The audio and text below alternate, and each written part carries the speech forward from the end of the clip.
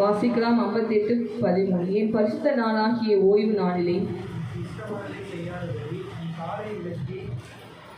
நடிகரின்படி நடவாமலும் உனக்கு இஷ்டமானதை செய்யாமலும் உன் சொந்த பேச்சை பேசாமலும் இருந்து ஓய்வு நாளை மனமகிழ்ச்சி நாள் என்றும் கர்த்தருடைய பரிசுத்த நாளை மகிமையுள்ள நாள் என்றும் சொல்லி அதை மகிமையாக எண்ணுவாயானால் அப்பொழுது கர்த்தரின் மனமகிழ்ச்சியாக இருப்பார். பூமியின் உயர்ந்த இடங்களில் உன்னை ஏறிக்கும்படி பண்ணி உன் தகப்பனாகிய யாக்கோபுடைய சுதந்திரத்தால் உன்னை போஷித்தேன். கர்த்தருடைய வாய் இதை சொல்லிட்டு ஹல்லேலூயா. அப்போ ஆண்டவர் வந்து என்ன சொல்றாருன்னா, நமக்கு இஷ்டமானதை செய்யாதபடிக்கு நம்ம காலை உடக்கி என் வடிகளின்படி நடத்தக்கூடாது. எனக்கு இஷ்டமானதை செய்யாமலும் என் சொந்த பேச்சை பேசாமல் இருந்து ஓய்வு நாளை இது வந்து ஒரு நல்ல ஒரு ஹாப்பி டே அப்படின்னு சொல்லி நம்ம கர்த்தருடைய சமூகத்துக்கு வருகிறவராக இருந்து அதை மனமகிழ்ச்சி நான் சொல்லி நம்ம எண்ணும்போது கர்த்தர் ப்ளஸ் என்னன்னு சொல்லி ப்ளஸ் பண்ணுறாரு நம்ம பார்த்தோம் அப்படின்னா, பூமியின் உயர்ந்த இடங்களில் உன்னை ஏறிக்கும்படி பண்ணி.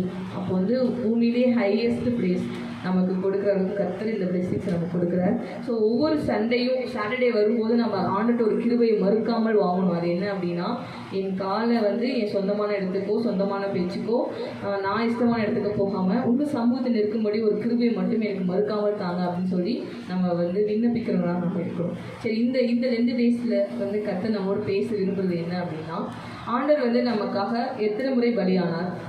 யாராவது சொல்ல முடியுமா? எத்தனை முறை பலியானார்?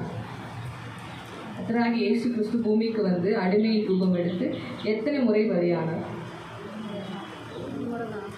அப்பா ஸ்தோத்திரிக்கிறேன். எத்தனை முறை? ஏன்னா ஒருத்தராக தான் வந்தார். அதான் ஒரே வாட்டி தான் பலியானார், ஒரே வாட்டி தான் அடி வாங்கினார் இல்லையா?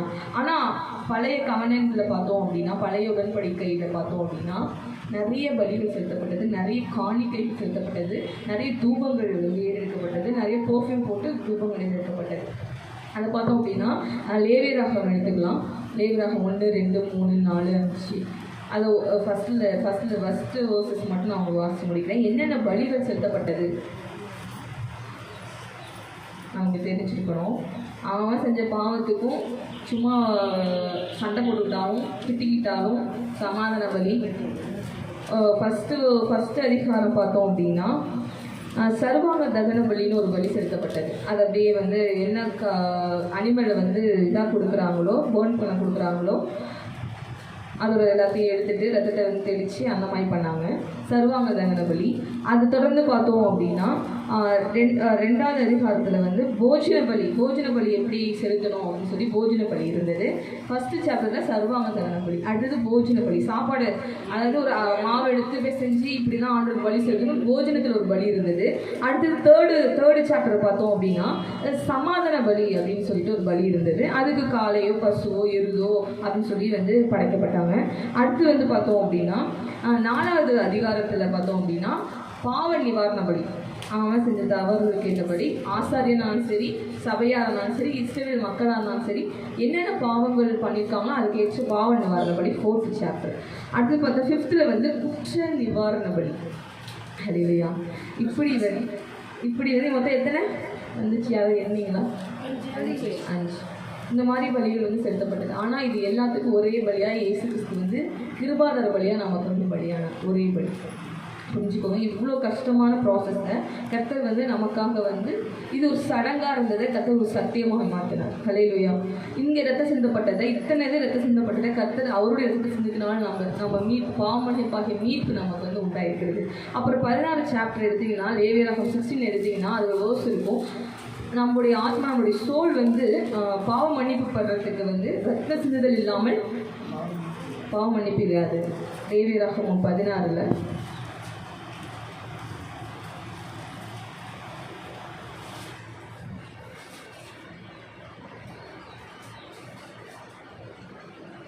27 வாசிங்க.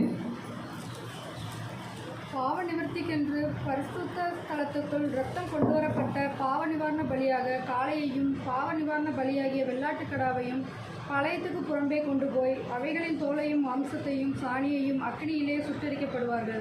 போதும். அடுத்து வந்து 17-11.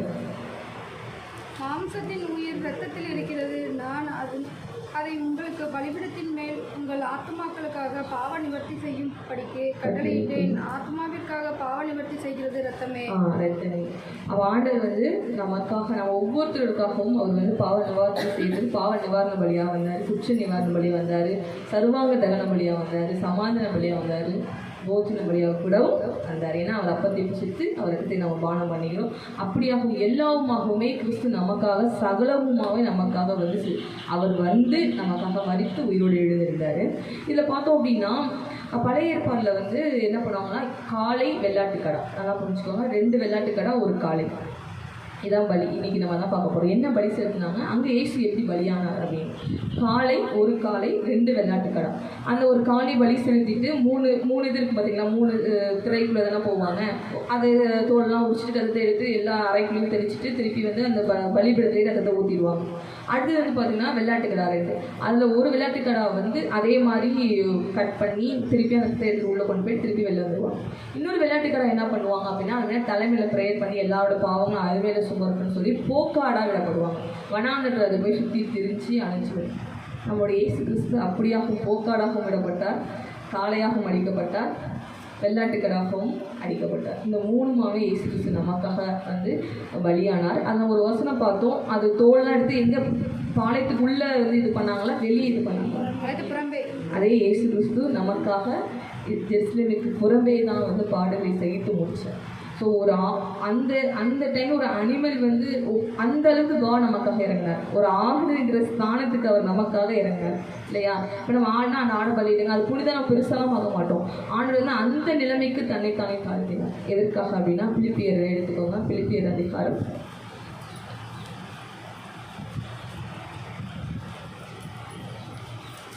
2 6, 7, 8. இது 271 பக்கம். அவர் தேவனுடைய ரூபமாயிருந்தும் தேவனுக்கு சமமாயிருப்பதை கொள்ளையாடின பொருளாக எண்ணாமல் தம்மை வெறுமையாக்கி அடிமையின் ரூபம் எடுத்து மனுஷ சாயலானார். அவர் மனுஷ ரூபமாய் காணப்பட்டு மரண பரியந்தம், அதாவது சிலுவையின் மரண பரியந்தமும் கீழ்ப்படிந்தவராகி தம்மை தாழ்த்தினார்.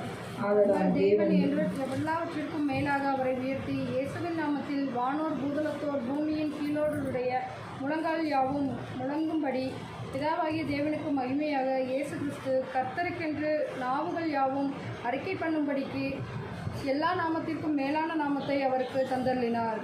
ஆதலால் எனக்கு பிரியமானவர்களே, நீங்கள் எப்பொழுதும் கீழ்ப்படிந்திருக்கிறபடியே நான் உங்களுக்கு சமீபமாய் இருக்கும் பொழுது மாத்திரமல்ல, நான் தூரமாய் இருக்கிற இப்பொழுதும் அதிக பயத்தோடும் நடுக்கத்தோடும் உங்கள் ரட்சிப்பு நிறைவேற பிரயாசப்படுங்கள். ஆண்டவர் வந்து பாருங்கன்னா, அவர் வந்து அவ்வளோ பெரிய ஸ்தானத்திலேயே இதை வந்து அடிக்கடி நம்ம பேசிட்டே இருக்கிறோன்னா, அப்படி கிடைச்சது தாங்க ரட்சிப்பு. அந்த ரட்சிப்பை வந்து பொய்யா மாற்றி மாயாக மாற்றி நம்ம இதை விட்டுடக்கூடாது தான் ஆண்டவர் வந்து அடிக்கடி சொல்கிறார். நான் எதுக்காக அப்படி வந்தேன் அப்படின்ட்டு. இதை பார்த்தோம்னா அவருக்கு அப்படி வரணும் அவசியம் கிடையாது. ஆனால் அந்த அடிமையின் ரூபம் எடுத்து அந்த வசனம் அழகாக சொல்லிருக்கோம், கொள்ளையாடின பொருளாக எண்ணாமல். அவருக்கு அந்த மேலான நாமம் ஆல்ரெடி கொடுக்கப்பட்டுச்சு. அதை கூட அவர் வந்துட்டு வேணும்னு சொல்லி இல்லாமல் நமக்காக அவர் வந்து வந்தார். மரண பரிந்து நம்ம வந்து அவர் தம்மை தாழ்த்தினார். அவர் அப்படி இருக்குன்னே இல்லை. ஸோ இவ்வளோ ஹம்பிளாக தாழ்மைப்படுத்தி நமக்கு ஒரு ரெசிபி கற்றுக் கொடுத்துருக்காருன்னா, அந்த ரெசிபியை நம்ம வந்துட்டு பத்திரமாய் வந்து பாதுகாக்கணும். ஸோ அப்படி ஒரு படி செலுத்தப்பட்டது. ஸோ இன்னொரு வந்து பார்த்தோன்னா ரத்தம் சிந்துதல்.